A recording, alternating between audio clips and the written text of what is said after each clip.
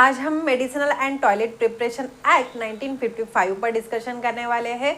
I know guys, अभी student को क्या चाहिए, तो स्टूडेंट को चाहिए previous year question, multiple type question, MCQs, 50 MCQ, 100 MCQ, 500 MCQ, ऐसे पे स्टूडेंट स्टक हो जाते हैं। बट स्टूडेंट को नहीं डिटेल में स्टडी करना है कि ईच एंड एवरी एक्ट क्या कहता है, ईच एंड एवरी एक्ट का वैल्यू क्या है, और इसी के वजह से उनका रिजल्ट खराब आ जाता है। इसलिए मैं बार बार कह रही हूँ कि मोस्ट ऑफ द स्टूडेंट क्या कहते हैं कि without seeing a syllabus they start the preparation, they start to solve the MCQ. But यार गाइस, थोड़ा टाइम लो, थोड़ा प्रिपरेशन करो, थोड़ा टॉपिक समझो, कुछ एक्ट समझो। ड्रग इंस्पेक्टर की तैयारी कर रहे हो तो एक्ट तो मोस्ट इम्पॉर्टेंट है। इसीलिए ईच एंड एवरी एक्ट को मैं आपके लिए प्रिपेयर करके लाई हूँ, ठीक है। और आपसे प्रिपेयर करवाना ये मेरा काम है। नहीं चाहिए मुझे 500 व्यूज, 1K व्यूज, ठीक है। एक 5-10 व्यूज भी आएंगे तो भी मैं ये जो सीरीज है वो कंटिन्यू करूंगी, ठीक है।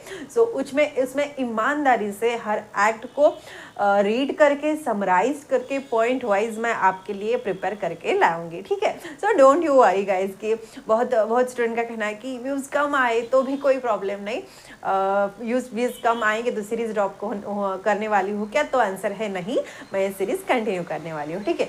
सो आज के इस वीडियो में क्या आपके लिए इंफॉर्मेटिव रहने वाला है, तो हम डिस्कशन करने वाले हैं medicinal and toilet preparation act. ये एक्ट कब आया था? 55 में। बट ये रूल फॉर्म कब हुआ?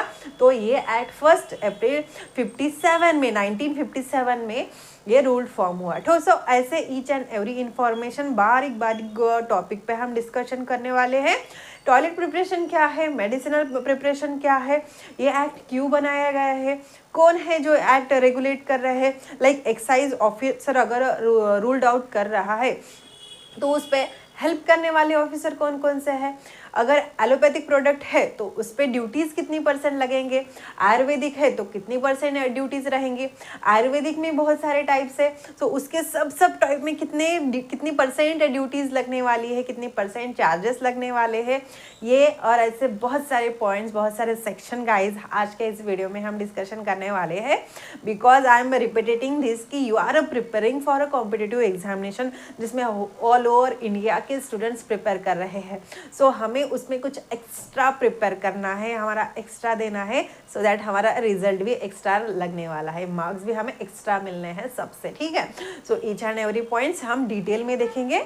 पहले समझते हैं कि इस एक्ट में क्या है, एक्ट किसके लिए है, क्यों उन्होंने ये एक्ट फॉर्म किया है।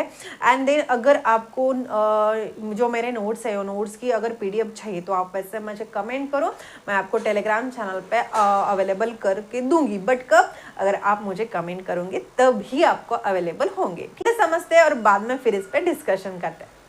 आज हम medicinal and toilet preparation act पर डिस्कशन करने वाले हैं। तो फर्स्ट ऑफ ऑल गाइज, ये एक्ट आया कब था? तो 1955 में ये एक्ट हमारा इनिशियलाइज्ड हुआ, ठीक है। उसके बाद 1 अप्रैल 1957 में ये जो हमारा एक्ट है वो अप्लीकेबल हुआ, that is a ruled form हुआ। सो ये जो है जर्नी, दैट इज़ द 1955 से 1957 तक, ये जो डिफरेंस है ये हमें हमारे एग्जामिनेशन पॉइंट ऑफ व्यू पता होना ज़रूरी है। चाहे आप कौन सी भी एग्जामिनेशन प्रिपेयर कर रहे हो, चाहे ड्रग इंस्पेक्टर हो, चाहे और कौन सी भी DHS फार्मासिस्ट, कौन सी भी एग्जामिनेशन प्रिपेयर कर रहे हो, तो ये हमारे लिए मोस्ट इम्पॉर्टेंट रहेगा। अब ये एक्ट क्या कहता है? तो ये कहता है कि अगर एक आधा कोई भी मेडिसिनल प्रिपरेशन है और टॉयलेट प्रिपरेशन है, उसमें अगर अल्कोहल और एनी नार्कोटिक सब्सटेंस और एनी ओपियम कंटेनिंग ड्रग और ऐसे कोई भी ड्रग जो एडिक्शन कॉज करते ऐसे है, तो उस प्रोडक्ट पे कुछ फाइन हम लगा सकते हैं, ठीक है। वहाँ से जैसे हमारे भाषा में हम कहते हैं कि कर लगाना, ठीक है, उस पर कुछ कर लागू होता है। उस वजह से ये act, that is our medicinal and toilet preparation act, ये फॉर्म हुआ। अब मेन थिंग ये है कि मेडिसिनल एंड टॉयलेट प्रिपरेशन है तो भी क्या है, ठीक है, ये हमारे लिए मोस्ट इम्पॉर्टेंट रहेगा। मेडिसिनल यानी क्या, तो ऐसा केमिकल सब्सटेंस और ऐसे प्रीकर्सर और ऐसे सब्सटेंस जो मेडिसिन प्रोड्यूस करते हैं और जिसका यूज होता है for the treatment, for the cure और एनी थेरापेटिक एक्टिविटी, उसे हम क्या कहते हैं, मेडिसिनल सब्सटेंस कहते हैं। अब सेकेंड थी कि टॉयलेट प्रिपरेशन क्या है, तो टॉयलेट प्रिपरेशन अब जनरली स्टूडेंट क्या कहेंगे कि ऐसे ऐसे सब्सटेंस, ऐसे केमिकल जो टॉयलेट के लिए यूज़ किया जाता है, नहीं गाइज, यहाँ पे टॉयलेट क्लीनिंग के लिए नहीं, तो ऐसे सब्सटेंस, ऐसे केमिकल्स जिसको बॉडी का एनहांस ब्युटिफिकेशन करने के लिए, क्लीनिंग करने के लिए और वी कॅन से आकर्षक बनवण्यासाठी जे काही केमिकल्स यूज करतात और जो ड्रग्स यूज करते हैं उसे हम टॉयलेट प्रिपरेशन करते हैं। उसमें हमारे परफ्यूम्स भी आते हैं, आफ्टर शेव लोशन भी आते हैं, हेयर टॉनिक्स भी आते हैं, ये सब हमारे टॉयलेट प्रिपरेशन में आते हैं, ठीक है। सो अब अगर आपको एग्जामिनर ने पूछा कि टॉयलेट प्रिपरेशन में कौन कौन से सब्सटेंस और केमिकल्स आते हैं, तो वहाँ पे हमें टिक करना है perfumes, after shave lotion, hair tonic etc, ठीक है। सो नाउ अब ऐसे कंपोनेंट, ऐसे कौन सा भी प्रिपरेशन जो जिसमें अल्कोहल, नार्कोटिक सब्सटेंस और ओपियम प्रेजेंट है, उस पर जो फाइन लगाया जाता है, उसके लिए ये हमारा एक्ट बनाया गया है। अब ये एक्ट क्यों बनाया है, इसका मेन मोटो क्या है, तो to control the manufacturing, storage and sale of product containing alcohol and narcotic drugs, ठीक है। अब प्रीवियसली दैट इज द 1955 का पहले का जो टाइमिंग था, वह क्या होता था कि ऐसे जो सब्सटेंस है वो कहीं पे भी मैन्युफैक्चर हो रहा है, कोई भी उसका अनवांटेडली सेल हो रहा है, बहुत लोग उसका एडिक्शन कॉज करने के लिए यूज़ कर रहा है। जो मेन मोटो है, मेन मोटो के लिए वो ड्रग्स तो यूज़ नहीं हो रहे, बट उसके एडवांस में उसका यूजेस हो रहा है। सो इस सब चीज़ को कंट्रोल करने के लिए ये हमारा medicinal and toilet preparation act बनाया गया है। अब ये एक्ट कहाँ पे लागू होता, तो ऑल ओवर इंडिया में एक्ट लागू होता है जहाँ पे भी ऐसे सब्सटेंस जिसमें अल्कोहल प्रेजेंट है, नार्कोटिक सब्सटेंस प्रेजेंट है, वहाँ पे मैन्युफैक्चरिंग किया जाता है, वहाँ ये जो एक्ट है वहाँ पे वो अप्लाई होता है। अब मेडिसिनल प्रिपरेशन हमें क्लियर है कि ऐसे सब्सटेंस, ऐसे केमिकल्स जो क्योर, ट्रीट एंड डिसीज़ को प्रिवेंट करने के लिए यूज़ करते हैं। फॉर एग्जांपल उसमें हमारे कफ सिरप आ गए जिसमें अल्कोहल प्रेजेंट है, टिंचर्स, एलिक्सर etc, ठीक है। और टॉयलेट प्रिपरेशन भी हमें क्लियर है। अब अल्कोहल क्या है, तो alcohol is nothing but our ethanol, ठीक है, जिसे हम C2H5OH कहते हैं, this is our alcohol. Narcotic substance यानी क्या, that is our schedule X वाले ड्रग, जो शेड्यूल एक्स में तो आते हैं, but these are the chemicals which cause the addiction to the patient, ठीक है। एक बार उसकी लत लग जाना, जिसे हम कहते हैं, एक बार पेशेंट ने वो ड्रग्स लिया, बार बार वो उसका यूज़ कर रहे हैं, वो हमारे नार्कोटिक सब्सटेंस में आ गए।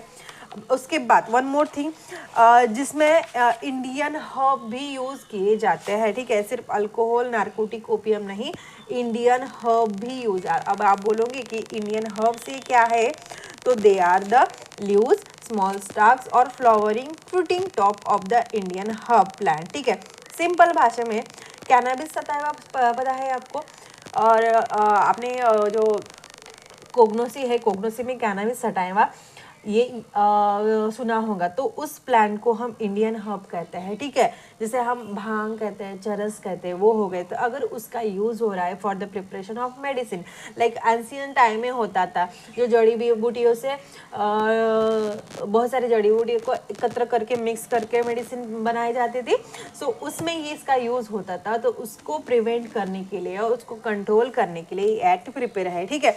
अगेन ओपीएम क्या है, तो उसमें हमारे मॉर्फिन्स भी आ गए, ओपिन यानी पैपावर सोमनिफेरा, जिसमें हमारा ये जो क्रूड ड्रग प्रेजेंट है उसे हम ओपीएम कहते हैं, ठीक है। सो ओवरऑल गाइस, ऐसा कोई भी प्रोडक्ट जिसमें हमारे नार्कोटिक्स प्रेजेंट है और एडिक्शन कॉजिंग सब्सटेंस प्रेजेंट है, उसका प्रोडक्शन, उसका सेल, उसके डिस्ट्रीब्यूशन पे कंट्रोल करने के लिए एक्ट है, ठीक है। अब अगर एक आधा प्रोडक्ट है जिसमें अल्कोहल प्रेजेंट है, ठीक है, सो उस पर कुछ फाइन लगाया जाता है, ठीक है। उसके उस पर डिपेंड करता है कि कौन सा प्रोडक्ट है। एलोपैथी में वेगड़े चार्जेस रहते हैं, आयुर्वेदिक में वेगड़े रहते हैं, और जो हमारे कॉस्मेटिक्स है उसमें अलग अलग फाइन हम यानी हमारा जो एक्साइज ऑफिसर है वो हम पे लगाता है, ठीक है, अगर हम उस चीज़ के मैन्युफैक्चरिंग करते हैं। सो सिर्फ इस प्रोडक्ट पे है क्या? नहीं, तो सिर्फ ये प्रोडक्ट प्रिपरेशन करने के लिए जो प्रीकर्सर है उस प्रीकर्सर पे भी फाइन लगाया जा सकता है, ठीक है। सो अब ये कंप्लीटली बंद है क्या, यानी इस कंप्लीटली प्रिपेयर करना बैन है क्या? तो नहीं guys, but there are some rules for the manufacturing of this product, ठीक है। ये प्रोडक्ट ऐसा product containing alcohol, narcotic substance, opium और इंडियन हर्ब्स, ये अगर हम प्रिपेयर कर रहे हैं तो उसकी कंप्लीट इंफॉर्मेशन हमें गवर्नमेंट और एक्साइज ऑफिसर को देना पड़ता है, ठीक है। ये जो इंफॉर्मेशन रहेंगी इट शुड बी 100% करेक्टेड, यहाँ पे कोई भी फॉल्स क्लेमिंग नहीं चलेगा, ठीक है। सेकेंड थिंग, अगर हम कौन से रॉ मटेरियल यूज कर रहे हैं तो वो रॉ मटेरियल की कंप्लीट इंफॉर्मेशन हमें एक्साइज ऑफिसर के लिए देना है। अगर हम बता रहे हैं कि हमारे इसमें 2% अल्कोहल प्रेजेंट है तो वो 2% ही रहना पड़ेगा, ठीक है। और बता रहे 2% और या ऐड कर रहे 10% तो उस पर हम पे फाइन लग सकता है।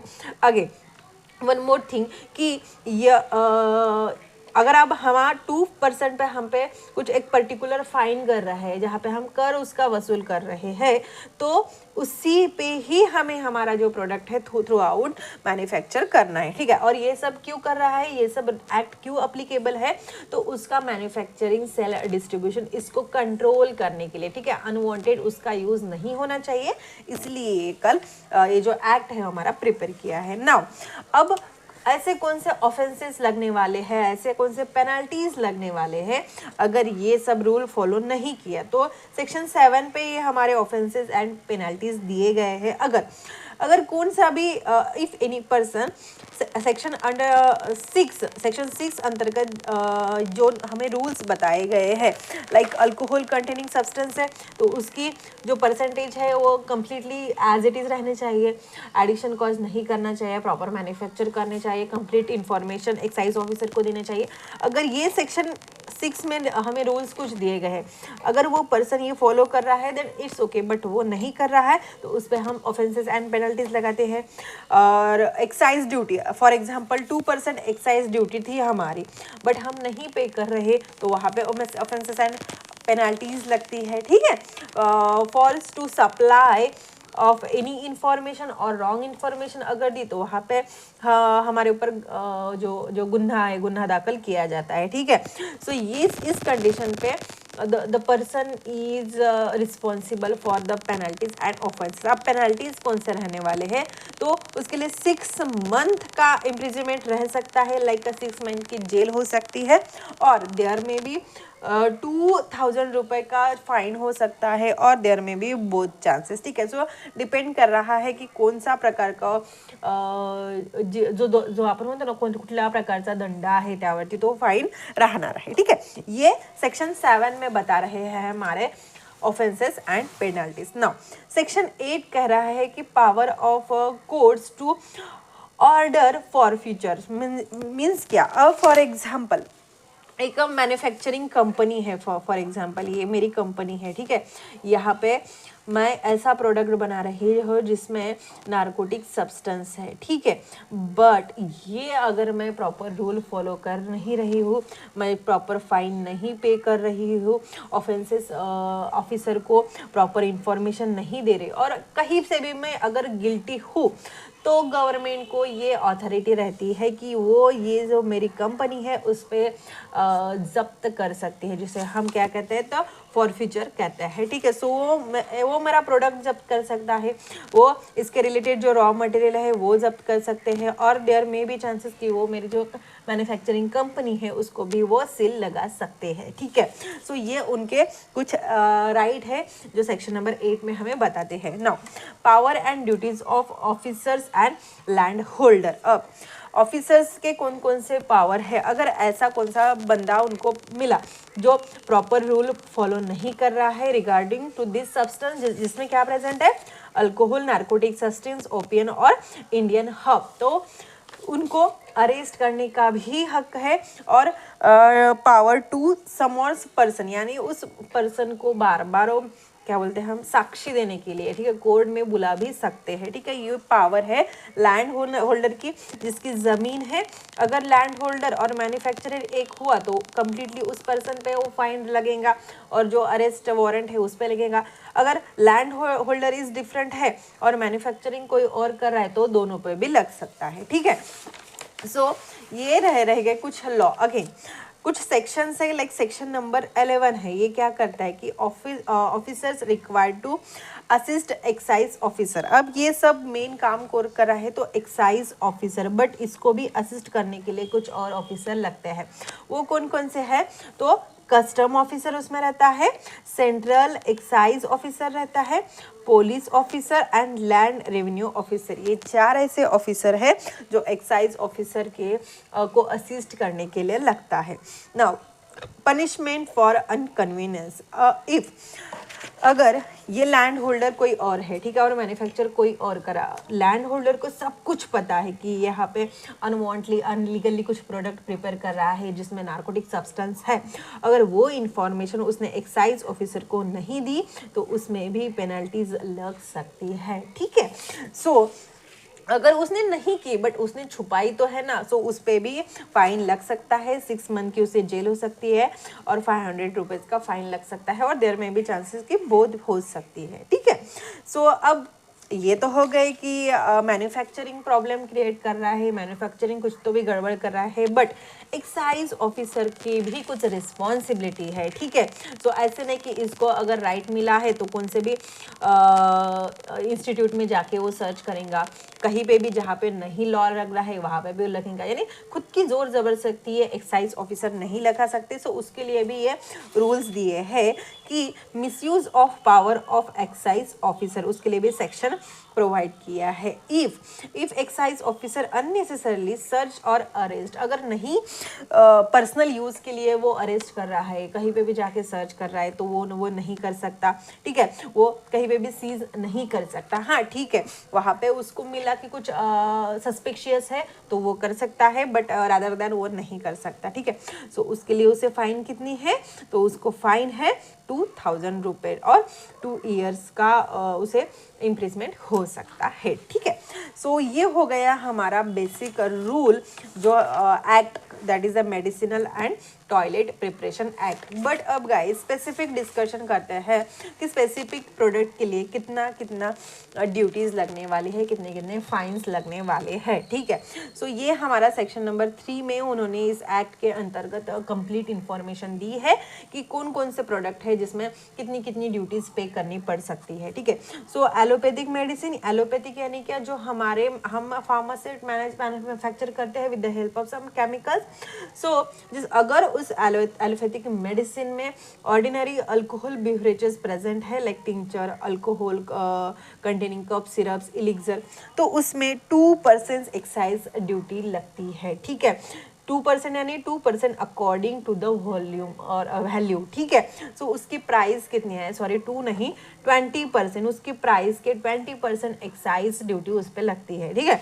अब आयुर्वेदिक, यूनानी और indigenous medicine, that is the अजू वाले जो अपने ड्रग्स हैं, उसमें कुछ कैटेगरीज है। अगर एक आधा product self generated alcohol create कर रहा है, ठीक है, आयुर्वेदिक में हमें पता है कि बहुत सारे जड़ी बूटीज हम यूज़ करते हैं, सो उसमें अगर बहुत सारे जड़ी बूटीज ऐड किया, उसमें सेल्फ जनरेटेड अल्कोहल प्रिपेयर हो रहा है, वो ऐड नहीं कर रहे, उसमें रिएक्शन होकर सेल्फ जनरेट हो रहा, तो उस पर 4% ड्यूटीज रहती है, ठीक है। बट वो ब्योरेज एज अ ब्योरेज करके अगर यूज़ नहीं करती तो भी, ठीक है, अगर यूज़ करते हैं तो भी उस पर 4% ड्यूटीज़ रहते हैं, ठीक है। एंड वन मोर थिंग, अगर ऐसा प्रोडक्ट है जिसमें हम डिस्टिलेशन से और एक्सटर्नरी अल्कोहल ऐड कर रहे हैं तो उस पर 6% का फाइन रखते हैं, और ड्यूटी फाइन कहने से बेटर है, उस पर 6% की ड्यूटी लगती है। अल्कोहल जिसमें अल्कोहल नहीं प्रेजेंट है बट नार्कोटिक सब्सटेंस प्रेजेंट है, नार्कोटिक सब्सटेंस अगर प्रेजेंट है तो उस पर 20% का ड्यूटीज जो है उस पर चार्जेस लगते हैं। नाउ होम्योपैथिक प्रिपरेशन पे 4% रहेंगे एंड टॉयलेट प्रिपरेशन जो हमारे ब्यूटिफिकेशन के लिए, बॉडी क्लिनजिंग के लिए यूज़ करते हैं, जो परफ्यूम्स वगैरह है, उसमें 50% का ड्यूटीज़ लगती है, ठीक है। सो ये हो गया गाइज हमारा टोटल कंप्लीटली डिटेल डिस्कशन हो गया जो medicinal and toilet preparation act पे। So guys you are preparing for a competitive examination and उसके लिए ये जो टॉपिक है मोस्ट इंपॉर्टेंट है, स्पेशली ड्रग इंस्पेक्टर की तैयारी गाइज हम कर रहे हैं। So each and every information schedule related मैंने यहाँ पे समराइज करके आपको एक्सप्लेन किया है। आई होप आपको ये सब इंफॉर्मेशन हेल्पफुल रहेंगी आपके एग्जामिनेशन में। सो गाइज अगर आपको पीडीएफ चाहिए तो आप वैसे मुझे कमेंट करो, मैं इस नोट्स की पीडीएफ आपको अवेलेबल कर दूंगी, जिसके लिंक आपको डिस्क्रिप्शन बॉक्स में मिलेंगी। बट कब? जब आप मुझे कमेंट करोगे तभी, ओके। सो मिलते हैं नेक्स्ट एक्ट में गाइज। सो गाइज एक्ट तो अब आपके लिए क्लियर हो चुका है। अब आपको करना क्या है, तो आपको पहली बात, नोट्स आपके लिए अवेलेबल है, आप कमेंट करो, मैं आपको नोट्स प्रोवाइड कर दूंगी।